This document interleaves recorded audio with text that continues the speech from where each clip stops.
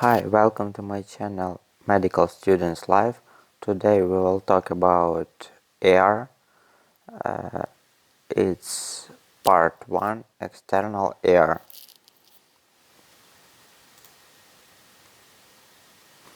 The air, the organ of hearing and equilibrium balance, is divided into the external, middle and internal air. The external air and middle air are mainly concerned with the transfer of sound to the internal air, which contains the organ for equilibrium as well as for hearing.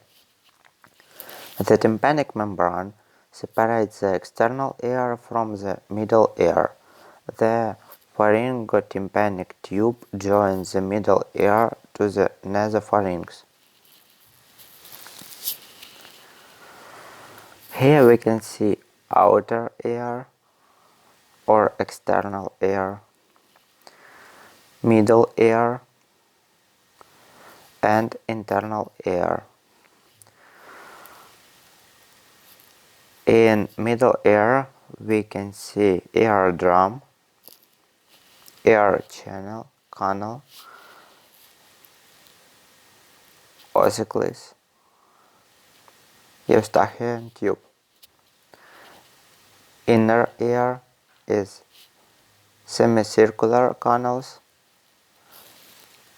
cochlea, auditory nerve. The external ear is composed of the shell-like auricle pinna with collects sound and the external acoustic meatus, air canal, which conducts sound to the tympanic membrane.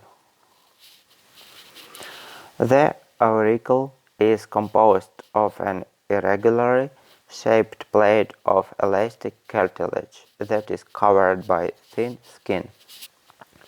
The auricle has several depressions and elevations. The concha of the auricle is the deepest depression. The elevated margin of the auricle is the helix. The non-cartilaginous lobe consists of fibrous tissue, fat, and blood vessels. It is easily pierced for taking small blood samples and inserting earrings. The tragus goat, alluding to the hairs that tend to grow from this formation, like a goat's beard, is a tone-like projection overlapping the opening of the external acoustic meatus. The arterial supply to the auricle is derived mainly from the posterior auricular and superficial temporal arteries. The main nerves to the skin of the auricle are the great auricular and auriculotemporal nerves. The great auricular nerve supplies the cranial medial surface, commonly called the back of the ear, and the posterior part, helix, antihelix, and lobula, of the lateral surface front. The auriculotemporal nerve, a branch of cranial nerve V3, supplies the skin of the auricle anterior to the external acoustic meatus. Minor contributions of embryological significance are made to the skin of the concha and its eminence by the vagus and facial nerves. The lymphatic drainage of the auricle is as follows. The lateral surface of the superior half of the auricle drains to the superficial parotid lymph nodes. The cranial surface of the superior half of the auricle drains to the mastoid lymph nodes and deep cervical lymph nodes, and the remainder of the auricle including the lobule, drains into the superficial cervical lymph nodes. External acoustic meatus. The external acoustic meatus is an air canal that leads inward through the tympanic part of the temporal bone from the auricle to the tympanic membrane.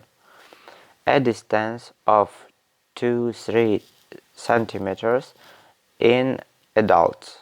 The lateral third of this slightly S-shaped channel is cartilaginous and is lined with skin that is continuous with the auricular skin.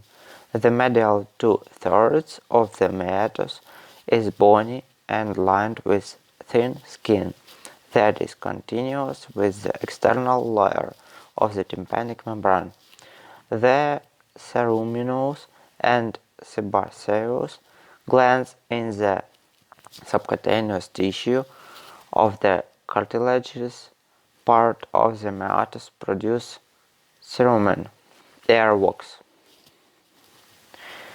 Here we can see external ear, its helix, superior crus, antihelix,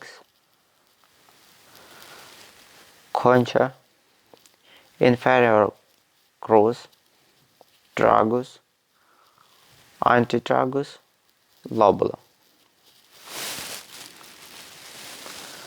The tympanic membrane, approximately 1 centimeter, is a thin, oval, semi-transparent membrane at the medial end of the external acoustic meatus. This membrane forms a partition between the external acoustic meatus and the tympanic cavity of the middle ear. The tympanic membrane is covered with thin skin externally and mucous membrane of the middle ear internally. Viewed through an otoscope, the tympanic membrane has a concavity towards the external acoustic meatus with a shallow, cone-like central depression, the peak of which is the umbo. The external axis of the tympanic membrane passes perpendicularly through the umbo like the handle of an umbrella, running anteriorly and inferiorly as it runs laterally. Thus, the tympanic membrane is oriented like a mini radar or satellite dish positioned to receive signals coming from the ground in front and to the side of the head.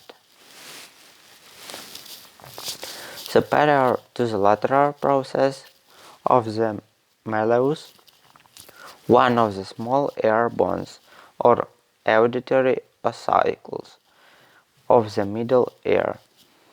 The membrane is thin and is called the pars flaccida. Flaccid part, it lacks the radial and circular fibers present in the remainder of the membrane, called the pars tensa part. The flaccid part forms the lateral wall of the superior recess of the tympanic cavity. The tympanic membrane moves in response to air vibrations that pass to it through the external acoustic meatus.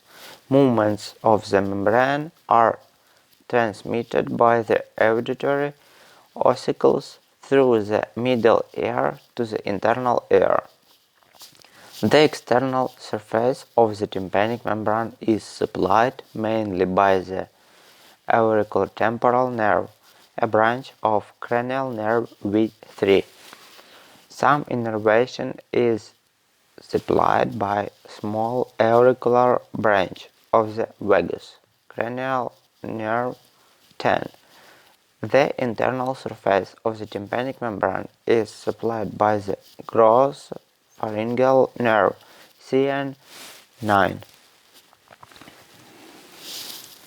Thanks for watching today. Subscribe for my channel.